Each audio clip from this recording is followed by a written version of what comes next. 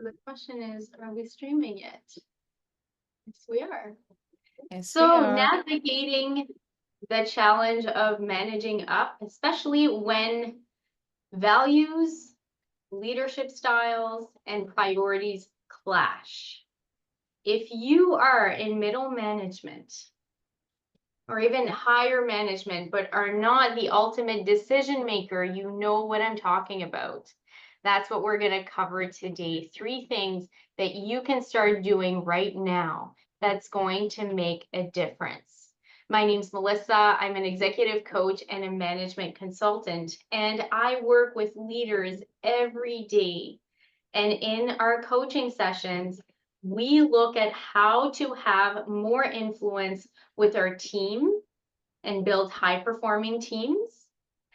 And that influence extends to laterally influencing our colleagues, other departments, as well as influencing up to our upline, to our decision makers, because it takes influence at all levels in order to function optimally and to get the best results. If we are spending a lot of time trying to get through to people and struggling, that is a lot of time wasted.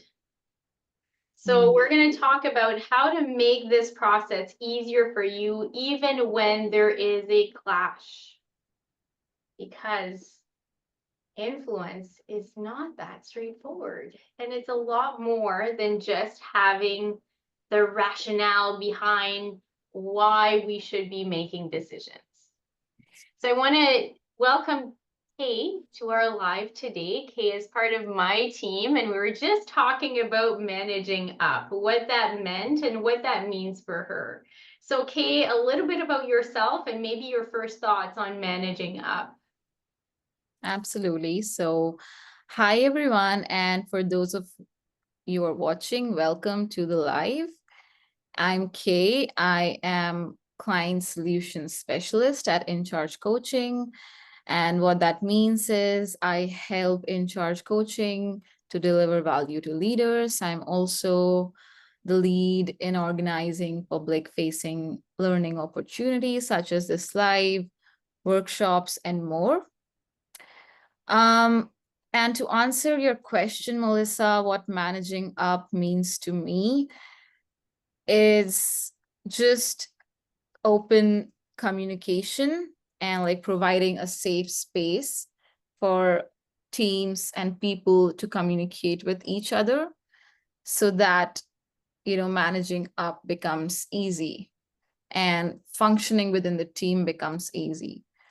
That's what it means to me. Like that's the first thought that comes to my mind when I think about managing up, and just what we discussed before this call as well. Yeah. And Yeah. so what we discussed is that culture and communication, the way that we're communicating on a daily basis makes it easy for Kay to manage up. And she didn't even realize she was doing it. But anytime that you are asking for resources, you're prompting a decision to be made, and you're wanting to influence the outcome of that decision, when you are looking to get a point across, when you have an idea that you're floating and trying to get buy-in, these are all examples of managing up. And when the culture and the leadership is set up in such a way that it makes it easy and the communication flows very easily, that's fantastic, right? It makes it easy. But that is not the case everywhere. And there are even some places where managing up, one, can be very frustrating, and having those conversations can be really, really challenging. And Mm, some places it can even come with risks, yeah, I social agree. risks, risk of getting reprimanded, risk of not being safe in doing Yeah. so. And that is very true. And even a leader just refusing to listen or pushing back on you, or could be enough of a signal for you to say, hey, I'm not safe to speak up here. Right? So we have a range of, very safe and easy to communicate to communication, and what you communicate can be dangerous. And yet we need to manage up regardless of the space that we're in if we want to be able to do our jobs. Yeah. And what makes it especially challenging is when we are managing up to people who disagree with our values,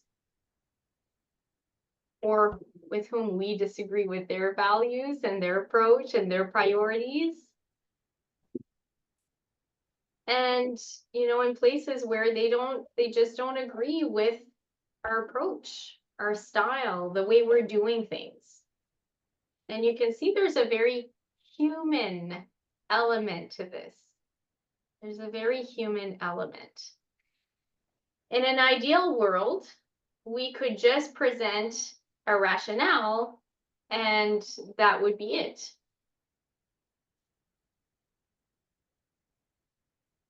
And yet we spend a lot of time constructing our presentations, our rationales, the data, all of the reasons why this is the right decision or why this idea is worth considering. And yet when we present it, even in the most rational, poised way, it doesn't land. Yeah.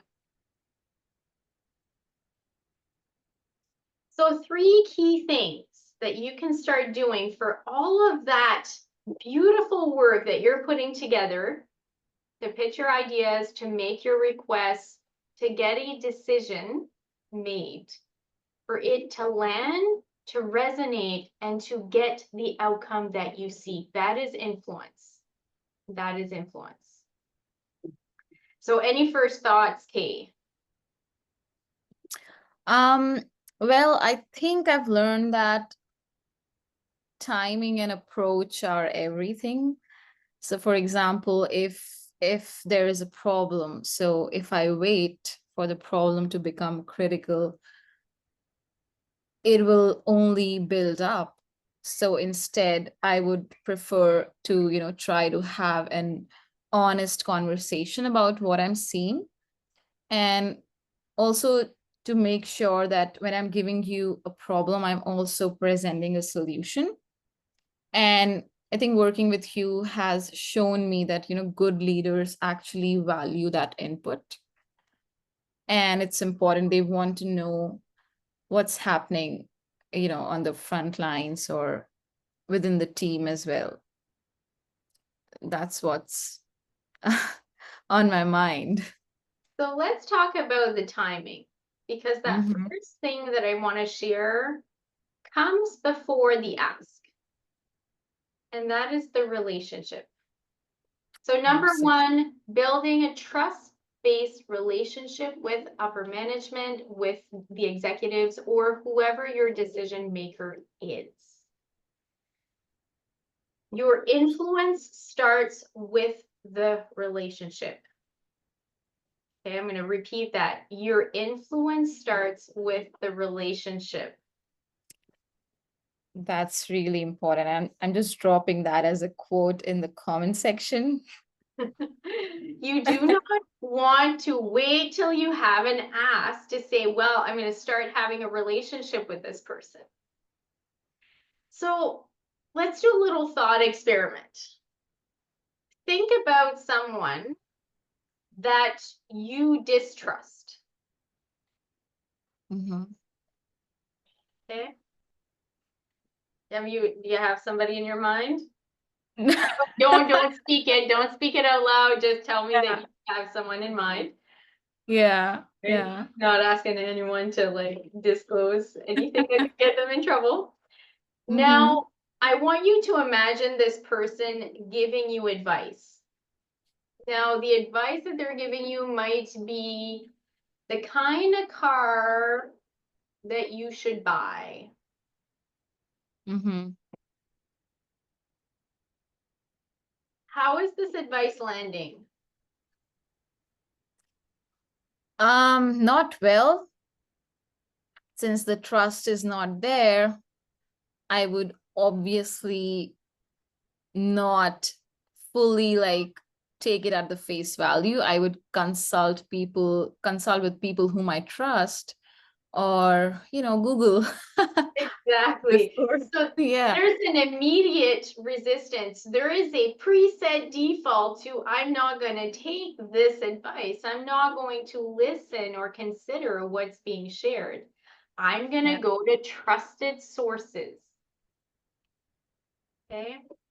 So you want to build a relationship where you become that trusted source.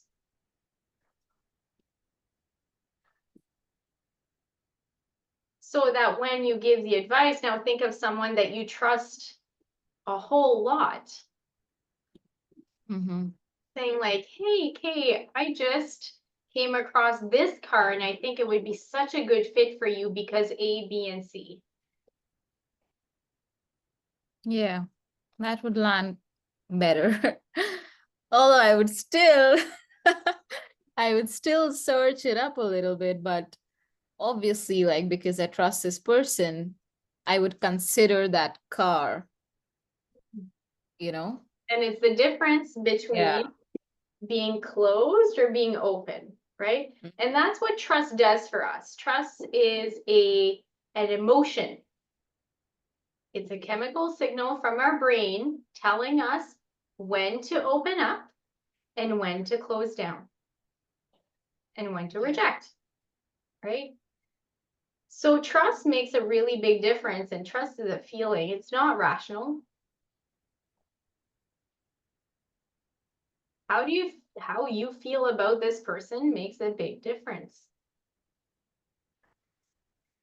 And Mm-hmm. so you want to build a relationship long, long, long before you need to make an ask. Long before you need to pick up the phone and call for a favor. Long before you need to, push back on a decision that's being made. You want to already be in a relationship in which what you're going to say, they will be open to hearing. Yeah. All right, so how do we build this relationship of trust? Becomes the question. So there's many ways that we can build trust. But a few ideas when I think of managing up that's really important is your consistency. So being consistent with this person, always being the steady, caring about this person, demonstrating that you care about their values, their priorities, whatever you can care about. Sometimes we disagree, right? We may not agree with values, but we can appreciate values. We can understand values without agreeing. Mm-hmm. And to demonstrate to this person that you get them, you understand what's important to them and their vision. So you're going to need to get to know the person personally Yeah. and professionally. Mm. The strength of your network, the strength of your relationship will make a difference on how much influence you're going to have, small or big. I could talk a lot about network effects Yeah, and absolutely. referent power. We're not going to go too deep into it, but I want you to think about this. Mm-hmm. Really important. It starts with the relationship. So that means if you have been used to, this is just business, I'm showing up, I'm being the professional, every time we talk, we just talk about the work at hand,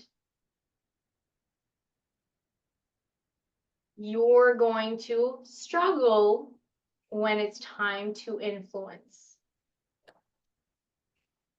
So building those relationships, especially if you're in a position of leadership and you need to manage up in any way, building those relationships is part of your job.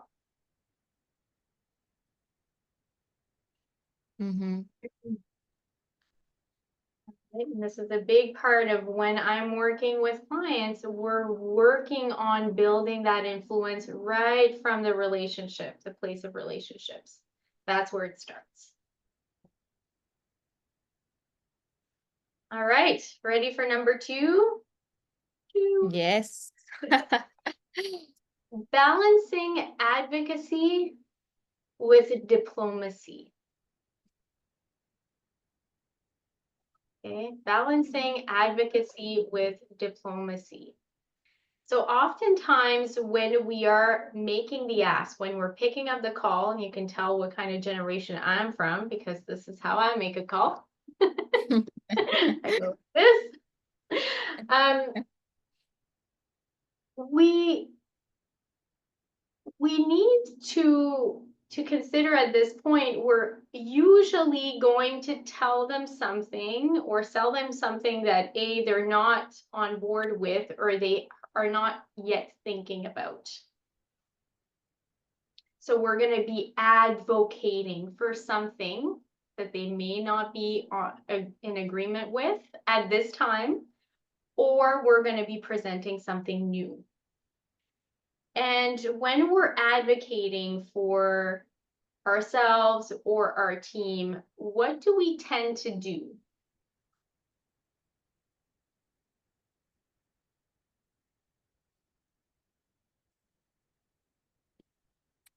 When you are feeling in tension with another human being and you need to speak up for yourself, what do you tend to do? Hmm. Hold back slightly. Back. Yeah, so there's some self-protection. Mm-hmm. There's also a lot of mental preparation. Let's put on Yeah. fighting gloves, right? We're gonna have to get ready with all of our punches, and when they do this, we'll do that. Yeah, you imagine a lot of scenarios in your head. All the worst and best case scenarios. Every scenario has a power struggle, Mm-hmm. and that's how we get in trouble. Is we're approaching this conversation expecting a power struggle. Yeah. So that means this is me versus you.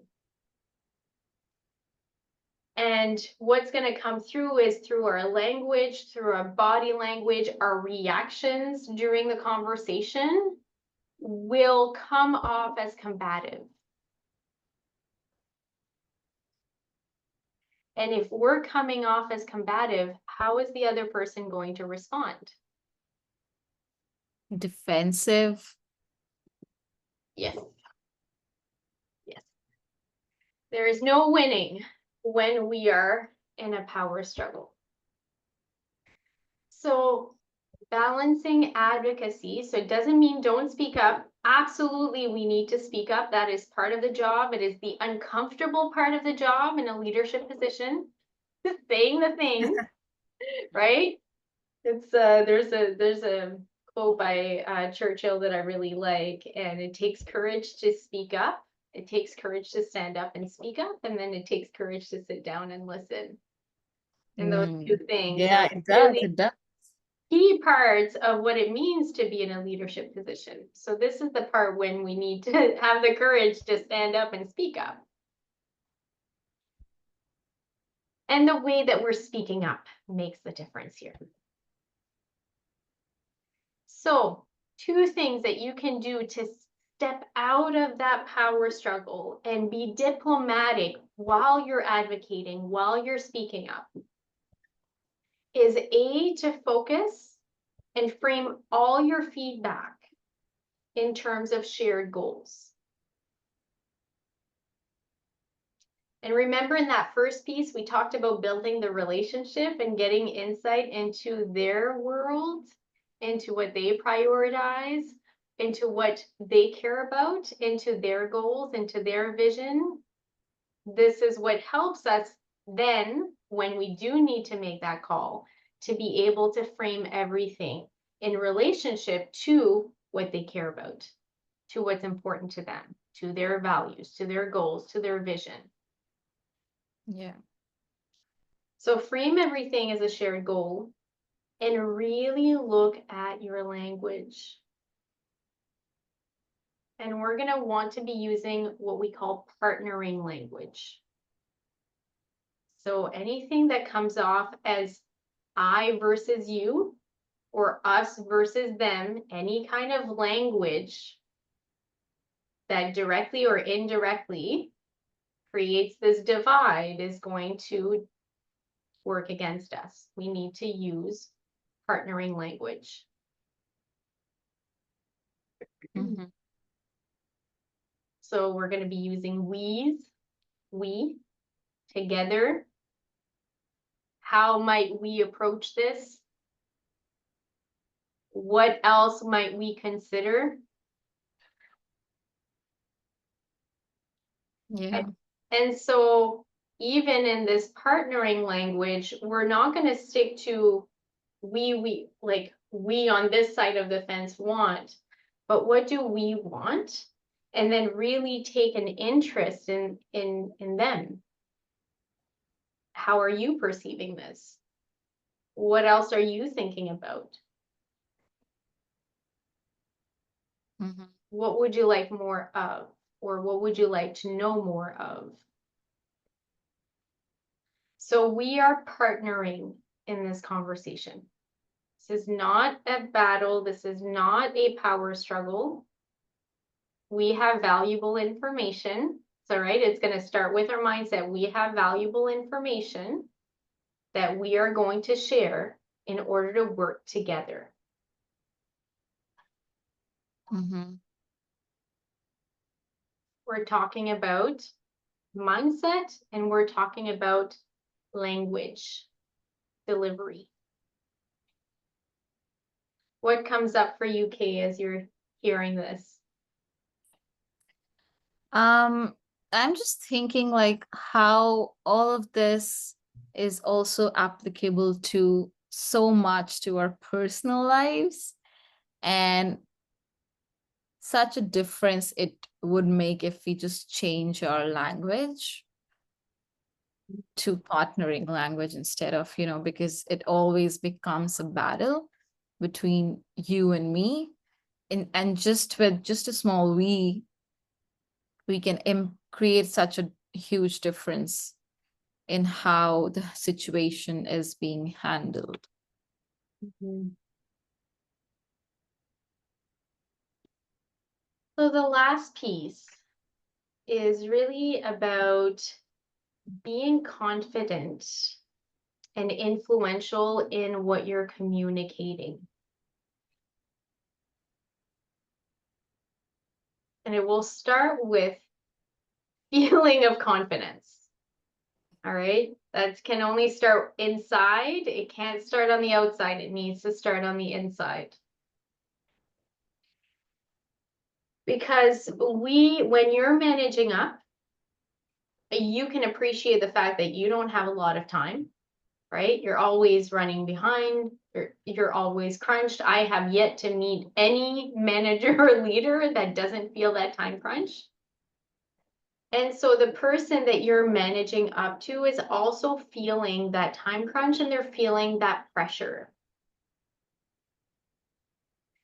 And so they don't have a whole lot of time to dedicate to what you're about to say. And if you can speak and say with confidence what needs to be said in a way that lands, and you get to the point, right? That's what you'll hear from the person you're managing up, is get to the point. Yeah. Oh man. Yeah, I've heard it. Makes Yeah. sense too. Yeah.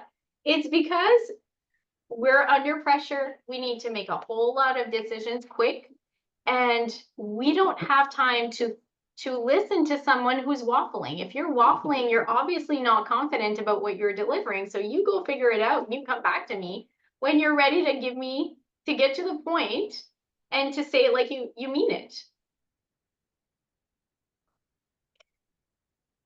All right. So what is the point? And this is the point we miss, right? We kind of like, we walk into it, we're feeling unsure about ourselves, we start communicating. Sometimes we even communicate it passionately, but we miss the point. We go, instead of our arrow going right to like the middle of that I'm thinking of darts or like arrows, like the bullseye. There you go. Yeah. We miss it completely. We miss Yeah. it completely.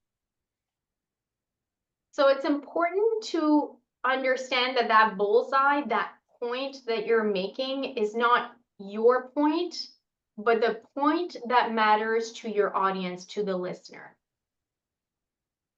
Okay.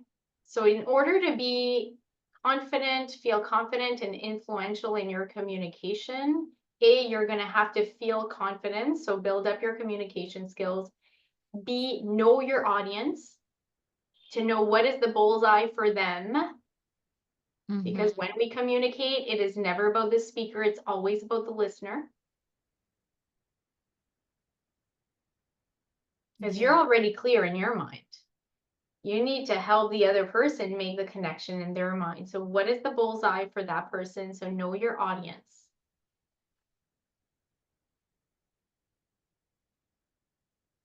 Look at your nonverbals.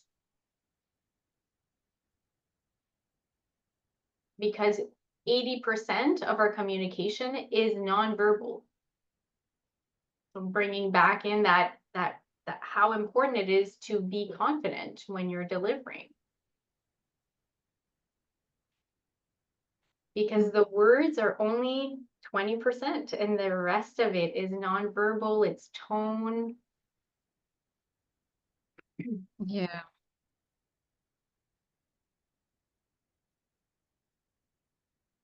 And people make decisions.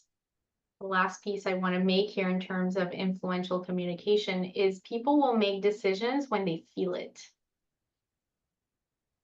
So this is not just about the right words and being rational and delivering the rational data. This is about touching where is important to that person so that they have a feeling that helps propel that decision forward. Essentially, we are making decisions based on it feels right or it feels wrong, and we use all of the rational data to rationalize why it feels right or why it feels wrong.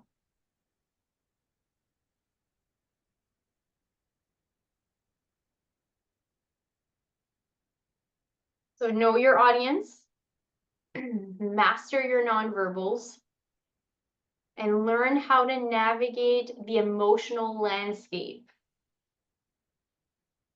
of the conversation you're having and what's going to be important to the other person.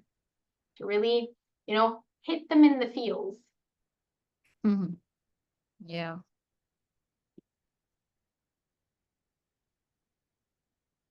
There's a lot to this. And this is a big part of what we work on inside the Executive Edge. This is what I do with clients. So when I say I help my clients become more influential and enhance their communication, this is what we're doing. And that's what really makes the difference between somebody coming inside a room and having that edge. When that person walks in the room and they just have an edge, and just by asking a question or the way they're framing things, the way even that they're sitting and poising themselves, they're affecting the whole room.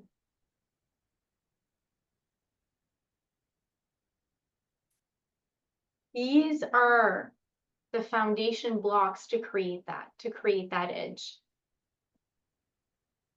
Absolutely. So let us know in the comment, what is one insight that you're gaining from today's session, today's live session, I should say, that you're walking away with and that you're going to be paying special attention to. And if anyone here is thinking about how to apply it, you've got your insight, now you want to get to really, really, really putting it into practice, because it's easier said than done.